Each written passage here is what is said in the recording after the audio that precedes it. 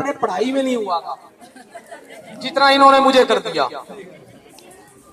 रात को मैं अपनी वो कविताएं खोज रहा था कि जो सुबह सुनाऊंगा, जो भरा नहीं है भावों से, बहती जिसमें रसधार नहीं, वो हृदय नहीं वो पत्थर है जिसमें समाज के लिए प्यार नहीं। मैं आपको एक छोटी सी बात बताना चाहता हूं, बहुत ध्यान से सुनना। ये हम सब यहां क्यों हैं, पहले ये समझने का विषय है कि हम सब यहां क्यों हैं। सुबह जब मैं घर से निकलने लगा तो मेरी पत्नी ने कहा किन पंगों में पड़े हुए हो, ये क्या है? मैं कहा बिल्कुल, मैं कहा बहुत अच्छी बात। मेरे भाई साहब ने कहा अरे यार तू ये क्या लीडरी कर रहा है? मैं कहा चल तू भी कह ले भाई। एक फोन आया कि ये सब क्या है, तुझे क्या दिक्कत हुई है, क्या है क्या नहीं है। मैं कहा चलो कोई बात। अब मैं एक मिनट ये बात ना करो प्लीज, ये बहुत जिंदगी के काम वाली बात है। मेरे केमिस्ट्री के सर होते थे सारस्वत सर, वो मुझे कहा करते थे कभी, क्या वो तो रूटीन में ही कहते थे, समझ कितने के आया, वो आज मुझे पता चला इतने सालों के बाद। देखिए यहां जितने माँ बाप खड़े हैं या ये लोग खड़े हैं, ये विचित्र लोग, क्योंकि आज के समय में समाज का काम करना कोई साधारण व्यक्ति नहीं करता, वो वाकई में विचित्र बंदा ही करता है। और इससे ऊपर वो अति विचित्र है जो इतनी शांति से काम करते हैं। इसलिए हम अति विशिष्ट और अति विचित्र लोग हैं, क्योंकि हम सब यहां इकट्ठे हैं, वरना होते ना सारे लोग। 5000 स्ट्रेंथ है बच्चों की और सिर्फ 500 खड़े हैं, इसका मतलब हम स्पेशल लोग हैं। बात समझ में आ गई। अब मेरी पत्नी ने पूछा, मैंने उसे समझाया कि जहां पर धर्म है वहां पर कृष्ण है, क्योंकि कृष्ण ने धर्म के लिए युद्ध किया, और हम यहां धर्म के लिए खड़े हैं क्योंकि हमारे बच्चे हैं, हमारा परिवार है। कोई हम अनैतिक काम के लिए नहीं खड़े हुए, हम अपने धर्म के लिए खड़े हैं। और जहां धर्म है वहां कृष्ण है, और जहां कृष्ण है वहां विजय है। तो घबराने वाली कोई बात ही नहीं है, तो विजय तो हमारी है ही है। अब मुद्दा क्या है, सिंपल सी बात है, मुद्दा क्या है। मुझे बैठे बैठे, क्योंकि जहां जितने मैं लोग देख रहा हूं ये सारे मेरे मॉडल के हैं, 77 80 के, हम सब तब के हैं। तो आपको याद होगा कि इस मॉडल में रविवार को सुबह एक प्रोग्राम आता था, विक्रम बेताल। ठीक है, सबने देखा था। वो विक्रम इतनी लंबी कहानी सुनाता था, वो बेताल को बेताल कहता था, तू बोला मैं चला। अब इन्होंने क्या सिस्टम शुरू करा है, कल मुझे 2 धमकी भरे फोन आए, कहीं से आए, भाई साहब ये क्या लीडरी करते हो। मैं कहा तो तुम्हें दिखाते हैं कि लीडरी होती क्या है, अभी तो शुरू नहीं हुई। मैं कहा अभी तो देखते चलो तुम क्या है। तो अभी कल मैंने देखा, वो न्यूज में पढ़ रहा कि पीसीएम वालों ने कहा कि भी कोई गाली दे रहा है, कोई पानी गिर रहा है। बहुत अच्छी बात है, ये वही चीजें हैं विक्रम बेताल वाली कि तू बोला मैं चला, गेम खत्म हो गई। तो ये अब जो चुनिंदा लोग यहाँ पे खड़े हैं, मेरा उनसे कहने का एक ही निवेदन है कि ये विक्रम बेताल की गेम अब शुरू हो गई है। कभी अंदर बुला के कुछ कहेंगे, कहीं बाहर बुला के कुछ कहेंगे, कभी फोनों पे कुछ कहेंगे, कभी वैसे धमकाएंगे। तो हमने डरना नहीं है, क्योंकि कृष्ण हमारे साथ है, धर्म हमारे साथ है। 3 दिन तक कितनी गर्मी थी, 2 दिन से कितना मौसम साफ है, देखो। अब मुझे पूछो, अब कैसे नहीं कहेंगे कि कृष्ण हमारे साथ नहीं है और विजय हमारे पास नहीं है? तो वो सब कुछ हमारे साथ है, सिर्फ आप सबके साथ और एका होने की जरूरत है। हम सबको एका होने की जरूरत है। मैं रात भर एक विषय सोचता रहा, वो मैंने कहा सुबह चल के ना जरूर रखूंगा सामने, अगर मौका मिला मुझे 2 मिनट का। बड़ी गहरी बात है, बहुत गहरी बात है, समाज की बात है, परिवार की बात है। यहाँ माताएं बहनें बैठी हैं, सिर्फ एक बार मेरी बात को ध्यान से सुनना। आज से 4-5 महीने पहले मेरा बेटा घर आया, मुझे कहता आप मुझे कुछ पैसे दो। मैंने कहा किस लिए दो? अब मुझे नहीं समझ आ रहा है मुझे ये इस प्लेटफॉर्म पे बोलनी चाहिए कि नहीं चाहिए, पर आप अपना मतलब निकाल लेना। तो मैंने कहा ये क्या है?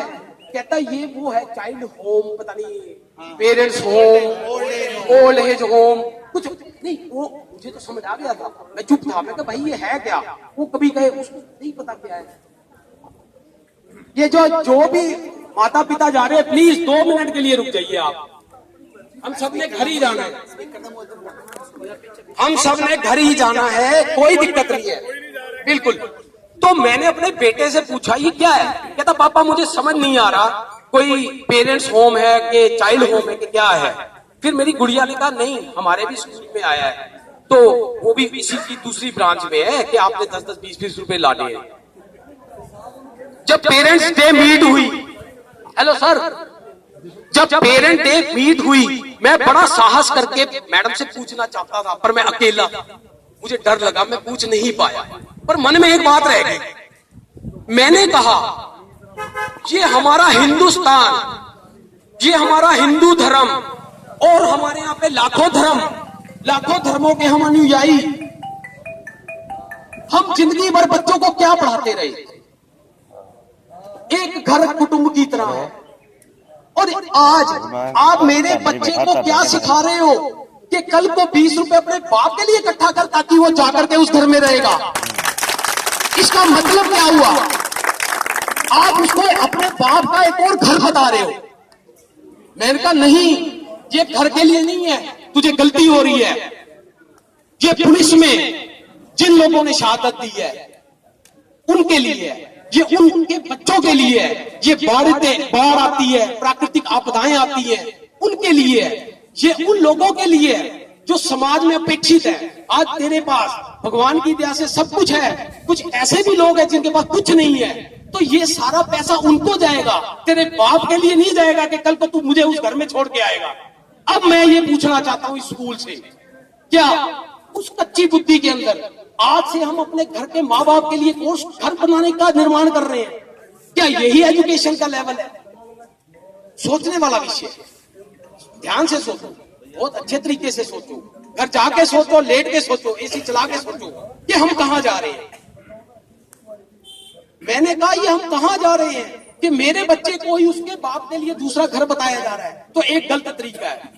दूसरी बात, बहुत घबराता था मैं, बड़ा डर लगता था। कल मुझे एक फोन भी आया और घबरा गया मैं, कभी मैं बात ही नहीं करता था। देखो एक हम साधारण से व्यक्ति हैं, हम कोई गुंडे मवाली नहीं है, ठीक है? तो जो हरकत जो भी मैडम बता रहे थे अंदर हुई है, काश इन्हें वो लोग मिल जाते यहाँ पे तो इनको पता चलता क्या है। हम एक आम साधारण से व्यक्ति हैं, हम तो बात करते भी डर रहे हैं। कल मैंने 3 बार पुलिस वालों से माफी मांगी, भाई साहब कोई ऊंची नीची हो माफ कर देना, पता चले कल मैं अकेला सड़क पे निकल रहा हूँ, तू आजा काका, बड़ा बोल रहा था जल्दी आ जा। मैं तो वैसे ही घबरा रहा हूँ। उसके बाद ये घबराहट तब खत्म होती है जब हम बाहर आते हैं, आप लोग आते हो, वो दबी हुई बातें यहाँ निकलती है, इस प्लेटफॉर्म पे निकलती है। जब इतने लोग होते हैं तब साहस बनता है। तो मेरा सभी से निवेदन है, अपने गली मोहल्ले लोगों को एक मुहिम चला के दें, क्योंकि हम विशिष्ट नहीं, अति विशिष्ट व्यक्ति समाज के लिए हमारे मन में पीड़ा है। ये जितने माँ बाप खड़े हैं सभी पैसे दे चुके हैं, मैं जानता हूँ। ये कोई 2000-5000 के पीछे नहीं है। अगर 2-5 हजार सोचना होता तो हम पहले दिन ही स्कूल में ना डालते। कल किसी ने मुझे कहा, अरे भाई स्कूल इतना गंदा है तो तूने डाला क्यों था? मैं कहा मुझे नहीं पता था कि ये अच्छा है कि गंदा है, मुझे अब पता चला है, पर मैं अभी भी उसको गंदा नहीं कह रहा हूँ, मैं तो उसे और सुधारने की कोशिश कर रहा हूँ। क्योंकि आज जो इतनी संख्या है, अगर हम अपने एक लेवल पे आ जाएं, ये 30%, 20% रोज हर महीने हर साल बढ़ाने का जो तरीका है, वो हम पे माँ बाप पे एक एक्स्ट्रा बोझ है। अजीब अजीब से प्रोग्राम है और अजीब अजीब सी एक्टिविटीज हैं। इन सबको देखते हुए एक ये गुजारिश है प्रिंसिपल मैडम से, इनकी मैनेजमेंट से, हो सकता है हम ज्यादा गर्मी का माहौल है, तलख दिमाग है, हर बंदा फ्रस्ट्रेटेड है कामों से, घरों से, धंधों से, हम ऊंची नीची बात में ज्यादा तेज भी बोल सकते हैं, पर गुरु बिन ज्ञान कहां से पाऊं? हमारी जो सोच है, जो हमारी नजरें हैं, हमेशा इन गुरुओं के चरणों में ही रहेगी, कभी भी इनकी गर्दन तक नहीं जाएगी। ये मेरी सोच है और आप सबकी सोच है, और हम इस चीज को बड़े दिल से पालन कर रहे हैं। ये इनको समझना चाहिए। पुलिस में जाकर के घर का रिश्ता है, ये परिवार का रिश्ता है, 12 साल का रिश्ता है। जिनका 12 साल चल गया ठीक है, जिनका नहीं चल रहा उन्होंने 12 साल चलना है। तो इन चीजों को घर से कोर्ट कचहरी में जाना और ये सब करना, घर से कोर्ट कचहरी में बात घर की दहलीज से निकली तो बहुत दूर चली जाती है। हर बंदा बहुत गलत हो जाता है। आप गलत हो गए तो हम भी गलत होंगे। जाने अनजाने में म्यूचुअल अंडरस्टैंडिंग तो होनी है। ये आप लिख के ले लो, आप कितना रोक लोगे। मैं आज यहाँ आह्वान करता हूँ, या 500 बंदे खड़े हैं, कल मैं अपने बेटे और बेटी का सबसे पहले एडमिशन निकलवाता हूँ। हम सारे कर दे, 700 बच्चा निकला, किधर चला जाएगा ये स्कूल? बताओ मुझे, कहाँ जाएगा ये? तो इसलिए मेरी एसोसिएशन के द्वारा मैनेजमेंट को एक गुजारिश है, इतना अकड़ना ठीक नहीं है।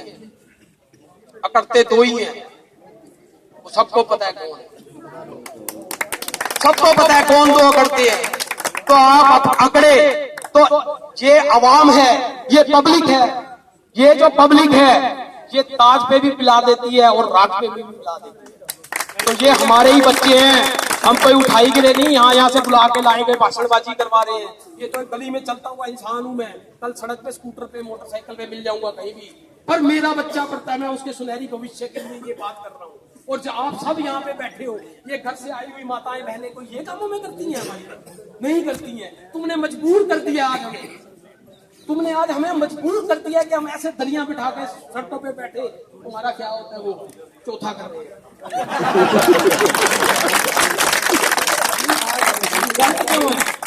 बिल्कुल ठीक है, चौथा ही दिन है। अब चौथा होगा 13वें तो फिर सब खत्म हो जाएगा। 13वें तक तो बहुत कुछ है अभी। मेरा सिर्फ ये कहना है, चौथे और 13वें के अंदर काफी फर्क है। उस फर्क को ये मैनेजमेंट समझ ले, उस मैनेजमेंट को ये समझ ले, वरना फिर 13वां हुआ तो फिर यही संभालेंगे। उसके बाद तो फूक ही दिया हमने प्रोग्राम। अब आप देखो क्या होगा, अब आप देखो क्या होगा। इसलिए मेरा हर लेवल पे, हर तरीके से मैनेजमेंट को यही कहना है, देखो हम आपके हैं और हमारी निगाह हमेशा गुरुओं के चरणों पे है। कभी ये मत समझो कि हम आमने सामने खड़े हुए हैं और हमारी आमने सामने की लड़ाई है। हमारी कोई लड़ाई नहीं है, हमारी कुछ मांगे हैं। उन मांगों को चलो ठीक है, मैं सड़क पे कुछ मांग रहा हूँ, आम दे दो 1 किलो, नहीं दे रहे। अब सरकार ने तो कह दिया पाइया दे दे, पाइया तो दे दो मुझे। अब तुम तो दे ही नहीं रहे हो, ये कैसा धक्का है भाई? डीसी ने कह दिया, डीसी ने जब कहा कि इन्हें कुछ तो दे दो, अब तुम अपना, तुम्हारा पेट तो वो सुरसा, मैं महाभारत वगैरह पे था ना, रामायण में एक सुरसा राक्षसी थी, उसका इतना बड़ा पेट था, पता नहीं वो रोज ही बलि मांगती रहती थी, आने दो आने दो। अरे भैया तुम्हारा तो पेट इतना सुरसा की तरह हो गया, कमाल है। आज तुम लाखों रुपए खा के गदार के दूसरी ब्रांच भी खोल ली, अभी करोड़ों खा रहे हो। मैं अभी चिट्ठा खोलूं तो कम से कम सालाना इनका 14 करोड़ रुपए का बजट है जो प्रॉफिट में जाते हैं ये लोग। बताओ, अरे भूख का कोई लेवल होता है? शादी में कई बार गया था, बहुत खाया था, बदहजमी हो गई। ये बदहजमी का दौर चल रहा है, ये दवाई है। अगर ये दवाई ले ली तो ठीक हो जाएगा, नहीं तो बदहजमी है। अब यहां पर मेरे को कुछ चीजें बड़ी अजीब लग रही है, ध्यान से समझना। उन चीजों के अंदर जो हम माता पिता सभी इकट्ठे हुए हैं, बहन भाई इकट्ठे हुए हैं, घरों से आए हैं, काम धंधे छोड़ के आए हैं, यहां पर हमें अलग अलग तोड़ने के बहुत प्रयास किए जा रहे हैं, हर तरीके से। कोई डरा रहा है, कोई धमका रहा है, कोई कुछ कह रहा है, घर वाले परेशान कर रहे हैं, इधर वाले कर रहे हैं, उधर वाले कर रहे हैं। अब आपको क्या लग रहा है, अगर ये सिचुएशन मेरे घर वाले देखें तो मुझे बर्दाश्त करेंगे? कभी नहीं करेंगे। वो कहेंगे भाई कल को वो पेरेंट डे मीट में 0 नंबर ही देगी मैडम तेरे बच्चे को। मैं कहा ठीक है, कोई नहीं, देती है तो देने दो, जो सत्य है। और दूसरा, अब जो ये सब तोड़ने वाला प्रोसेस चल पड़ा है, पहले तो था हम नहीं मानते। देखो हर काम फेसिस में होता है।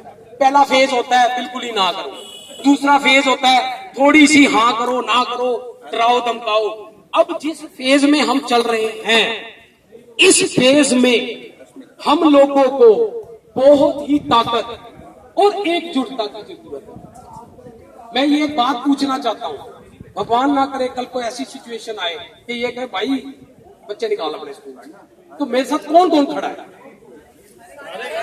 ये एकता है, इसकी जरूरत है। ये थोड़ा मैं बच्चे लेके गवर्नमेंट स्कूल में घूम रहा हूँ भाई, इन्होंने तो करवा दिया, नहीं, बिल्कुल सही है। तो हमारा समझने का मतलब क्या है, मैं ये समझाना चाह रहा हूं। और यहां पर आए हुए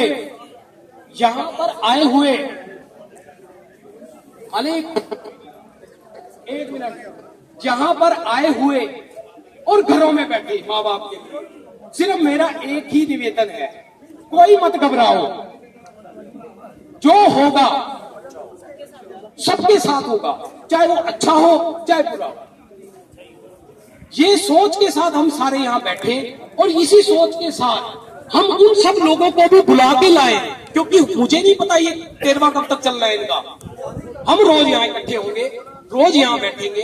अब कोर्ट का भी आदेश आ गया है, 100 मीटर जाओ, कल को ये कहेंगे 500 मीटर जाओ, कल को कहेंगे मुंह पे टेप लगा के आओ, चुपचाप प्रदर्शन करो, परसों कुछ कहेंगे खाली पेट आओ। भाई इनका कुछ नहीं पता है, इनका कुछ नहीं पता, ये तो पता नहीं क्या क्या कहेंगे। अब हम कितने मजबूत हैं अंदर से, मैं कहता हूं वो जो भी कहेंगे हम सब करेंगे, क्योंकि ये धर्म की लड़ाई है और कृष्ण हमारे साथ है, फर्क समझो। तो इसलिए विजय हमारी निश्चित है। अब इस सच्चाई, धर्म और कृष्ण को जब हमने सबने मिल लिए हैं, तो रोज टाइम पे यहां पहुंचना और रोज यहां पर इस चीज को, ये ना हो कि आप बोल नहीं रहे तो चुपचाप बैठे संदीप जी देख रहे भाई आप तो लगेगी इसकी और मेरे को लगवा दो आप तो, हाँ। और इसके बाद किसी ने भी नहीं जाना, 15-20 मिनट तक हमारे आदरणीय कोड़ा अंकल जी आ रहे हैं, जिनके पथ के ऊपर ही हम चल रहे हैं, जो हमें मार्गदर्शन कर रहे हैं और आगे भी करेंगे। अगर परमात्मा उनका आशीर्वाद हमें मिलता है सारा कुछ, तो हम बहुत सफल होंगे इस काम में। तो ये छोटे छोटे स्टेप में छोटी छोटी स्पीड ब्रेकर आएंगे, टूटना नहीं है हमें इन्हें झुकाना है। मेरे को ना बड़ा, मैंने बताया ना मैं कविता ढूंढता रहा, तो रात को मुझे एक शेर याद आया, बड़ा मजा आया। कल मैं पुरानी यादों में चला गया, उन यादों के अंदर मैंने एक चीज को पढ़ा, सत्य को कहने के लिए किसी शपथ की जरूरत नहीं होती। हेलो जनाब, एक मिनट। सत्य को कहने के लिए किसी शपथ की जरूरत नहीं होती। नदियों को बहने के लिए किसी पथ की जरूरत नहीं होती। जो बदलते हैं जमाने में अपने मजबूत इरादों से, उन्हें अपनी मंजिल पाने के लिए किसी रथ की जरूरत नहीं होती। हमें कोई रथ नहीं चाहिए, हमें अब कुछ नहीं चाहिए, हमें एक आदर्श रायन स्कूल चाहिए। वो रायन स्कूल जो माँ बाप के साथ बैठ के आमने सामने बात करे। मैं तो उसे इसी कमरे में जाते ही घबरा सा जाता हूँ, क्या बात करूं, ऊपर जाके धड़ाधड़ अंग्रेजी चलती है। अब वो तो भाग जाती है ऊपर से, अब मैं बोलूं तो क्या बोलूं, मैं चुपचाप शर्मिंदा हो गया। मैंने तो भाई नहीं, देखो पढ़ा लिखा मैं भी हूँ, पर 77 मॉडल हूँ, उसमें थोड़ा इंग्लिश का थोड़ा जोर कम था, पर चलो समझ तो आ गया। बीटेक भी कर ली, जैसे तैसे कंप्यूटर साइंस में कर ली, पर इतना नहीं चल पाता। पर ओवरऑल सिचुएशन क्या है, पीड़ा है अंदर कि मैं खुल के बात नहीं कर पाता। देखो मैं जो बातें कर रहा हूँ वो बेसिक बातें और मन की बातें भड़ास निकाल रहा हूँ, यहाँ पे उल्टी करके जा रहा हूँ। हाँ, मतलब क्या है, मैं खोल के बात नहीं करता।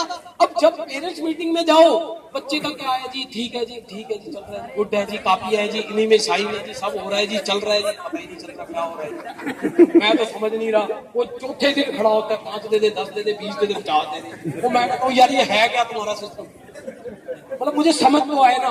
हम स्कूलों में पढ़े थे, सरस्वती उच्च विद्यालय में पढ़ा था। 10वीं के अंदर मैंने अपना वर्किंग मॉडल बनाया था, थ्रेशर। उसके ऊपर 3700 रुपए का खर्चा आया। 1 मिनट, 3700 रुपए का खर्चा आया था वर्किंग मॉडल। साइंस एग्जीबिशन के अंदर, पूरे हिंदुस्तान के अंदर, हरियाणा स्टेट के अंदर मेरा मॉडल 2nd नंबर पे आया था। पूरे स्कूल में छुट्टी हुई थी, प्रिंसिपल ने मुझे कंधों पे उठाया था। ये मैं आज तक नहीं भूला। कारण क्या था? गांवों के अंदर जो थ्रेशर होता है जिससे चरी काटते हैं उससे हाथ कट जाता था, तो एक फोटो डायोड होता है।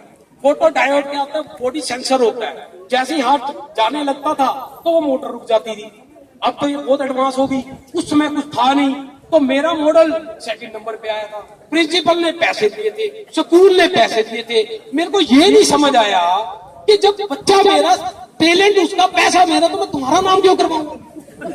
तुम पैसा क्यों लेते हो?